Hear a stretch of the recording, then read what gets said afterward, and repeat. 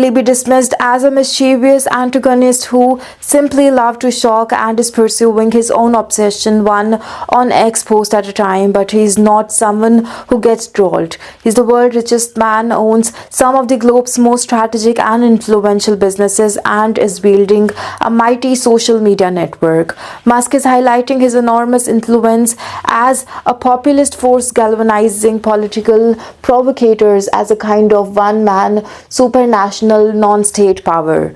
He's also previewing the international disruption that likely sees in store when the president-elect returned to the White House in 2 weeks, and the potential conflict of interest ahead.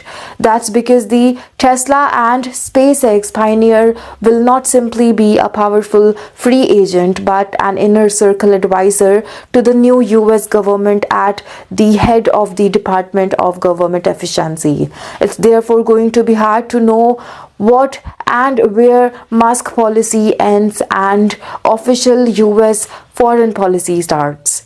To foreigners, his attack on elected officials with whom he disagrees risk coming across as an attempt by a future US government to interfere in the politics of fellow democracies and sovereign nations to destabilize their governments. And his move begs the question of whether he's working at Trump's direction is seen by the president-elect as a useful vanguard of disruption, or could soon end up irking the 47th president as he tries to put his stamp on the world.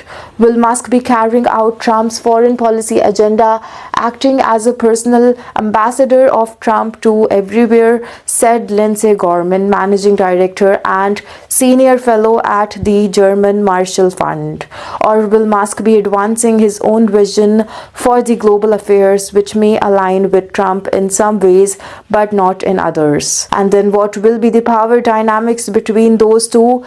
Trump's willingness to tolerate Musk's fierce attack on allied leaders is also a sign that the coming months could be even more rocky for the American friends than his first term. The reality played out on Monday when Canadian Prime Minister Justin Trudeau announced his resignation.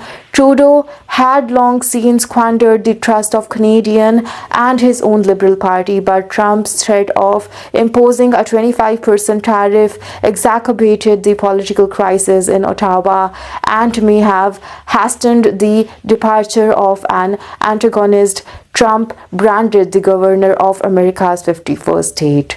The apparent sense of freedom that Trump and Musk feel in playing politics abroad is also a marker of the self-confidence in MAGA world ahead of Trump's inauguration.